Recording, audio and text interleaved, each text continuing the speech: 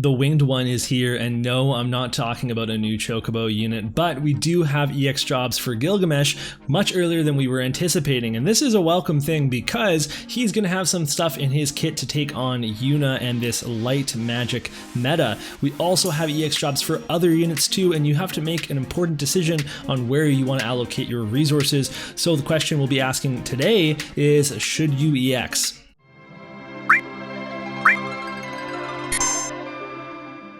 Thank you to warofthevisionscalc.com for all the information on here. I've also taken some information from WOTV, FFBE.GameA.co, and also Harululu on Twitter, so thank you to those sources as well. This is our EX job unlock slide, and it's important to look at this information because we have to allocate our resources very responsibly. If you go into a bunch of different units, then you may find yourself not able to max anybody. So if you want to EX a unit, always take a look at the resources that you need and what you would need to farm and what you might have access to. Okay, so we're going to start off with Gilgamesh. He is super exciting. He's a 100 cost unit, and that might be a barrier to some people, but if you are going to spend, or if you have been saving up your anniversary tokens, those are not set at a higher cost for 100 cost units. You can just spend them one token to one shard. That's going to mean that a lot of people will max Gilgamesh very, very quickly, not to mention we might get some banners with his shards as well. So we'll take a look at him at level 99, and Gilgamesh has had two master abilities. So if any, he gets a lot of stat changes here. They're not going to be necessarily on his base stat, because if he gets more agility from his master ability, from both his master abilities, then his agility can shoot really, really high. But when we take a look at the change here, they actually gave him another 7 agility. However, it's all on the board nodes and it's not in his base agility, but that's still crazy. So I'll do that change one more time. We're gonna go back here and then we're gonna see his HP, his attack, his magic, all gonna shoot up. Dexterity, luck, he gets the whole treatment.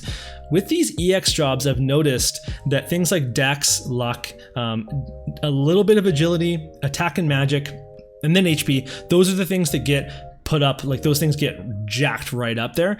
Things like AP that definitely like doesn't change that much. Things like defense and spirit don't change that much.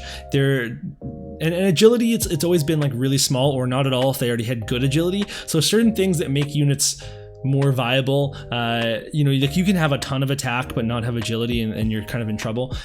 Those things aren't changing. But when you look at Gilgamesh, he gets a ton of agility, he gets lots of HP, tons of attack, tons of magic. He uses both of those stats for his hybrid abilities, and then he also has magic abilities and physical abilities on his kit. His luck doesn't go up that much, but you know, dexterity is looking really good. And then his AP goes up by 5, which is something that's not happened to anybody else, and we're gonna see why that is in a little bit. And then we take a look at this guy's EX abilities, and they're pretty good. So job level 19, he's going to get an Excalibur buff that dispels all buffs, including haste for the target. So this is his close in, and I'm going to whack you with my sword or slash you with my sword and dispel your stuff. That's really good. There's lots of buffs in the game right now, lots of things that people do to get their units ready for combat. Job level 22, Kotetsu now dispels re-raise. So Kotetsu has a huge AoE, it has a big slash and peril, and now everybody it hits will lose a re-raise. That is a really big deal. That's super crazy against the unit teams, and it's also good against the unit teams because now you're using Gilgamesh, he's using Kotetsu, they've lost their re-raise and their slash and peril is on, and it's just the game's on. Okay, and then he gets a new defense barrier skill, and this is really cool. So he buffs an ally and then buffs himself with the same buff. What it does is it gives 20% magic resist for self and for your ally, and then nullifies charm and immobilize for self and ally. Now that charm and immobilize won't always come in handy in auto PvP, but that is going to be massive in live PvP. But really what's crazy there is the 20% magic resist for 2 people on your party, and it's not like magic resist the skill on a spell blade where you have to be right next to them and you have to be the same height as them. This is something that you can shoot off at somebody, but it's still going to hit you. This looks kind of unremarkable for a level 25 skill, but it's actually really, really good. And if that's not enough to sell you on his job level 25, if you take a look at the stat increase down there, he gets 20 to his max AP. That's why he gets that jump in starting AP. He also gets 3 more agility, and agility cannot be underrated, especially as this guy is a quickener, and it helps you set up things in your manual PvP as well as your auto PvP. So this is pretty insane. I expect a lot of people to EX him, and for good reason. I'm definitely pretty pumped about this, even though I'm not going to be using him. It's just kind of cool that he's coming early instead of the winter units. This is when the winter units would have come out in JP. The meta is going to be different because of that. I'm also pumped about it because I've got King Elda, and King Elda, he's going to have a few words with Gilgamesh. They're buddies, you know, Gilgamesh gave him the ring. Elda is ready to give him back a little something else. Let's do a quick stat comparison, and now this is not the be-all end-all because Gilgamesh does not have super high attack, but he has hybrid attacks. He has insane imperils and buffs and all these other things going on for him, so his attack is misleading. While it might look lower because of things like imperils, it's actually, he'll do a lot of damage. So Oron is going to be the other ice unit that you're going to see them paired together. Obviously, Oron has a lot of attack. Both of them have self-sacrifice to get that 60% attack boost. And then Rob, he's here because, again, he's just kind of comparable. Like if you have a Rob, a 120 Rob, or you've seen one, then you know, okay, well, this is what someone with this like 400 attack is kind of like. But again, if Gilgamesh hits you with Kotetsu, you're going to have that 38 subtraction to your slash resist, and that's going to be a huge difference compared to Rob. So just a quick comparison here. Okay, next up we've got Mediena, and she's kind of exciting. This is the OG mage, the Mediena bombs. Are they going to return? Nobody knows. But we take a look at her level 99, and the things that we're going to see go up again. Big boost to HP, big boost to magic, and then a little bit of a boost to your dexterity and your luck. And then there we go, exactly what we thought. The magic is quite high, and she can obviously buff that higher with a passive. That's really solid. Her agility, no change there, but dexterity up quite a bit, and that's great for accuracy. Now the big thing here is her EX abilities, because right now she doesn't have any sort of penetration at all. So she gets, at level 19, Flare AP cost reduced by 8. It's now 42, and she gets 1 more cast. This is a pretty big deal. So if you're going to look at like a Mediena with an Esper and all the level 120 and stuff, she's going to be able to cast Flare 3 times and still have AP left over for like a Blizzaga or some other stuff. And that's going to help her longevity in longer fights. Hopefully the fights won't be that much longer because you're casting Flare 3 times, so I seriously hope you're going to be killing somebody with that. Then at job level 22, she's going to get a buff to magic up level 1. It gives 40 spirit penetration at max level, and that is really nice. Now King Elda got 40 defense penetration on a TP skill, and I'm trying to use them all the time in PvP. If I give him any sort of other TP skill, if I give him any sort of TMR skill, he uses those instead of his defense penetration, and then he goes into his fight without any defense penetration. So it makes it really hard to make sure that he gets to use his defense penetration buff, and because of that, I am now rating these passive defense and spirit penetrations a lot higher than I was before. The fact that you don't have to use a skill, you don't have to count on that happening, I think that's a really big deal. That's huge. Now, this is fine. So spirit is something that magic tanks will have a lot of, and that some people might stack to give more magic defense, but magic resist is still going to be a problem. Okay, at job level 25, you get a new skill here called Blizzara Secret Arts. It's going to be the same modifier as Blizzara, except it's actually going to have a higher, further range. It's going to go 1 further. It's also going to decrease spirit by 20 for 3 turns for the target, and decrease healing power by 40 for 3 turns for the target. Now that healing power decrease we thought was going to be really good against Yuna, and people are saying, okay, well even with a healing power decrease, Yuna's still healing for like 4k, so what the hell. That's unfortunately the same thing with Mediena. She's going to hit her with a healing decrease. It's still not going to do much to Yuna necessarily, but it will affect other healers and it's going to affect other, you know, abilities or whatever. So that's not a bad thing to have. The Spirit Break, I see it being really good for PvE. And in this skill in general, I see it being really good for PvE because I think Mediena is just going to be running up and popping 3 flares now, so I don't know that she's going to use this. Blizzaga might still have higher damage. You know, it depends on how much spirit the opponent has. Breaks can go negative, so that's really good. So this will really whack some people, but I just don't know, like, just like with Elda and his TP skill, the viability of this skill and if she uses it or not, and how it's actually going to help. And the fact that if you're going to use this skill and reduce someone's spirit, then are you going to have to follow up with another magic attack? Like, you must have a party of all magic attackers, or Mediena's going to get a chance to hit them again without dying, and all of that stuff is really hard to finagle. So I think what you're really going to want Mediena to be doing is running in there, popping her special, hitting people with Blizzagas, hitting people with flares, and I don't know if you're going to use this ability or not, but happy to be proven wrong on that. If you go to job level 25, you also get 38 more magic, which is obviously welcome, so that's good too. We'll do a quick comparison to Yuna because that is the unit that everyone's using. Yuna is the only magic EX unit we have right now, so Mediena is her competition. And you can see that Mediena has more magic. Mediena also has Flare, which is at like a 300% potency. It's way higher than anything Yuna has, so Mediena is going to be dealing some really crazy damage. Her other potencies are actually lower than Yuna's potencies, so then you might see a trade-off. I don't know that Spirit Penetration is going to also help because Yuna does not get that Spirit Penetration, so I'm not really sure exactly mathematically how these guys are going to compare, although you could check it out on warthevisionscalc.com with their damage calculator if you wanted to, and you can make that assessment for yourself. But what I do expect is that Mediena is basically going to be one-shotting people with Flare, and that's going to be really exciting. Her LB in an ice team is going to be super impactful, and you can kind of see, though, this is the first magic unit.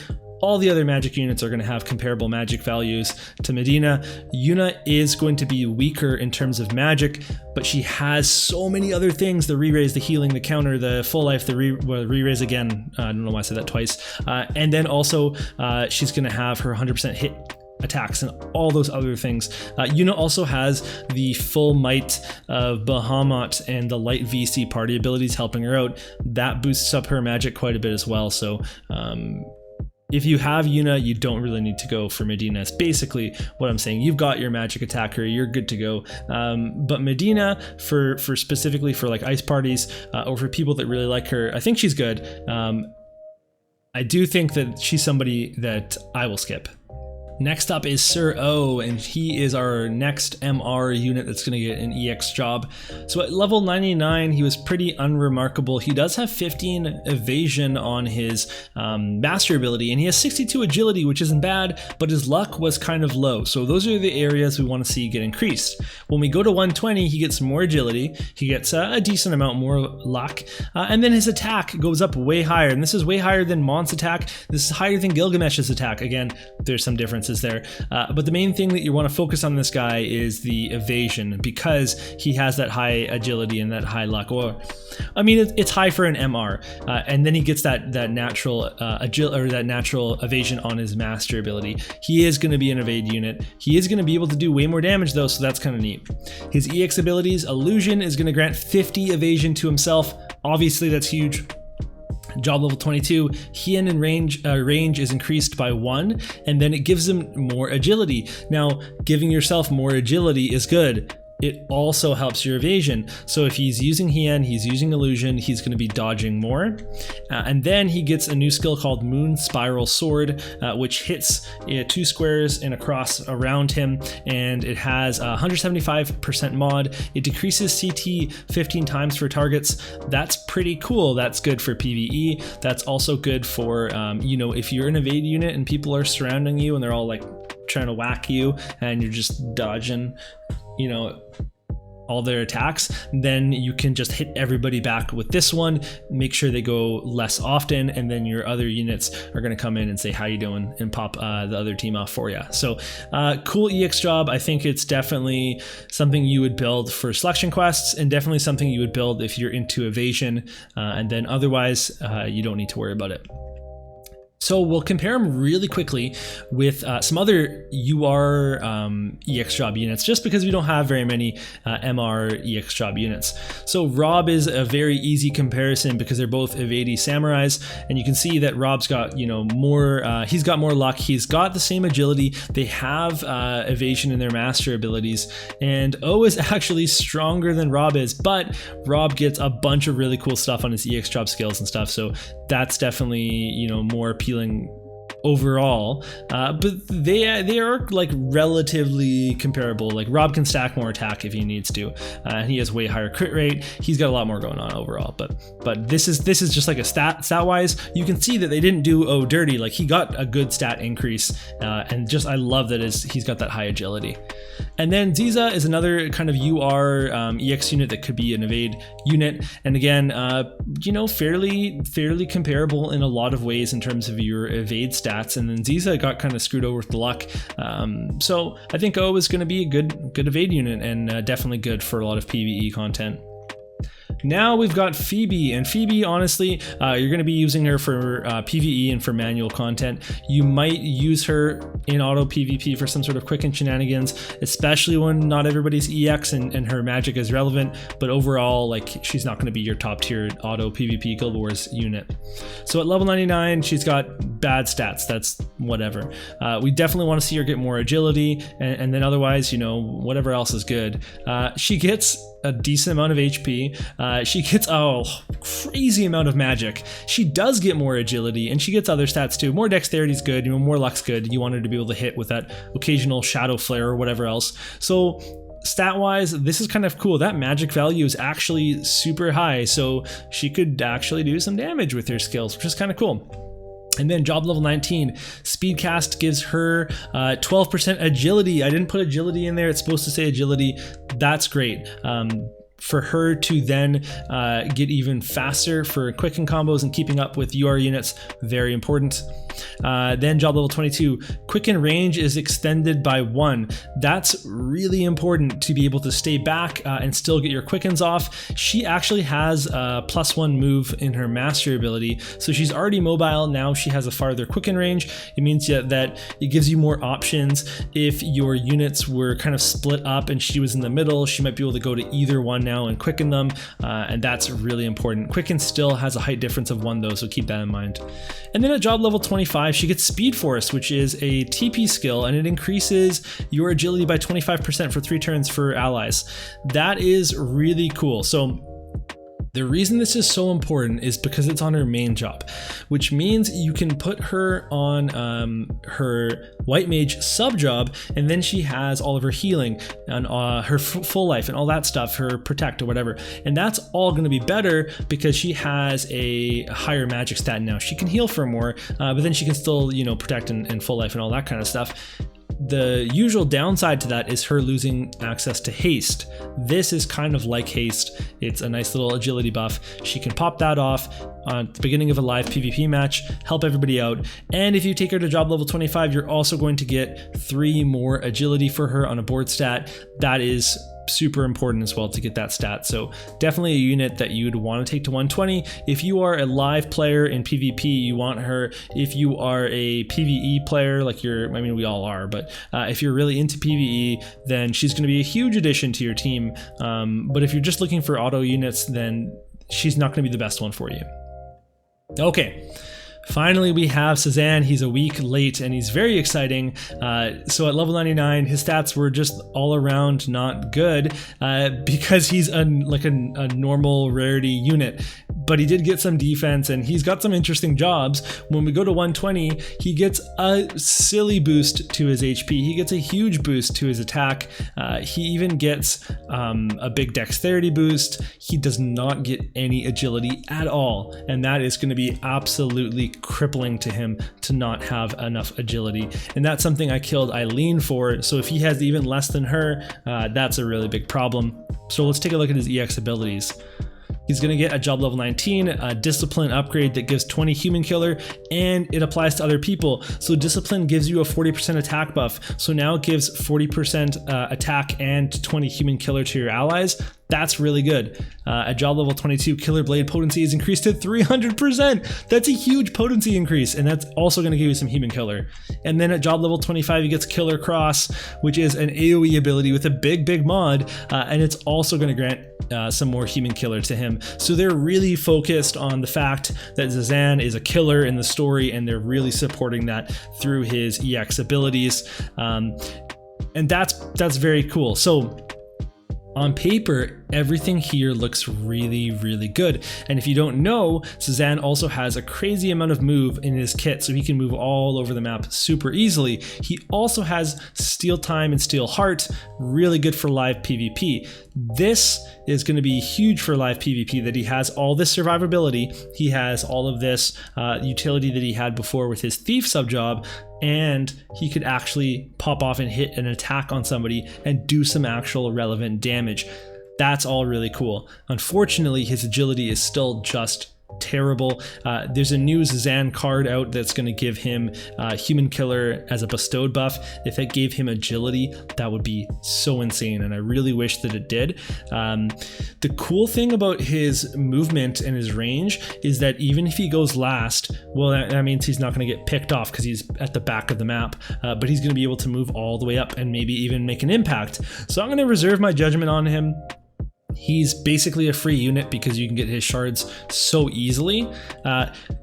So I want to know, I want to hear from people. If you take him to 120, come back and comment on this video and let me know. The only real barrier to him is farming the stone tablets and then using up those flowers. So do I recommend you use up those flowers and those tablets on him over other units? I don't do that. I don't recommend that at all. But I actually think there's a lot of utility and a really cool unit in here for when you do have time to max him up. And cherry on the cake, he is a water slashing unit, so he's going to pair with Titus, he's going to pair with our UR water card, and that's actually kind of neat.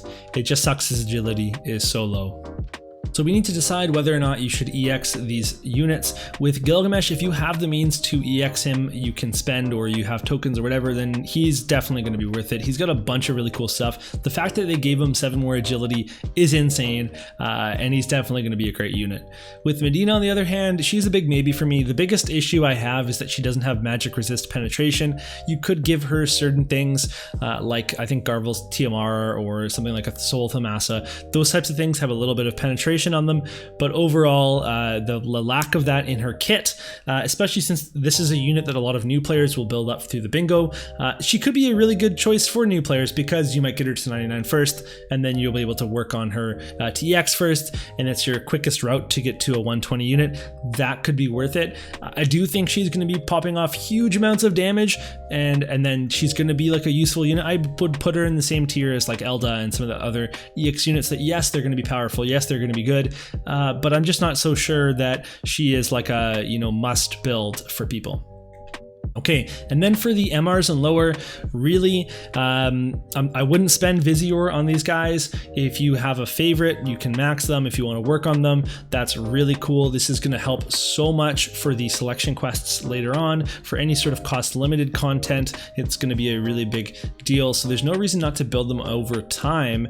And remember that you can buy their shards, or some of their shards at least, in the Mog shop with all the extra Mog coins you pull for their rarities. So go and check those out as well. You could probably max some units, like for example Liarte. You might have forgotten, you can actually just go max her if you can go buy her shards in the Mog shop right now. So definitely, like, there's ways to do it, but you have to decide, and you have to look at the future and say, well, am I going to EX anybody coming out soon? If you spend all of your flowers and you don't have a way to get those back, then you might regret maxing these units right away. So they're more of like a project long-term thing like that. So maybe for these guys.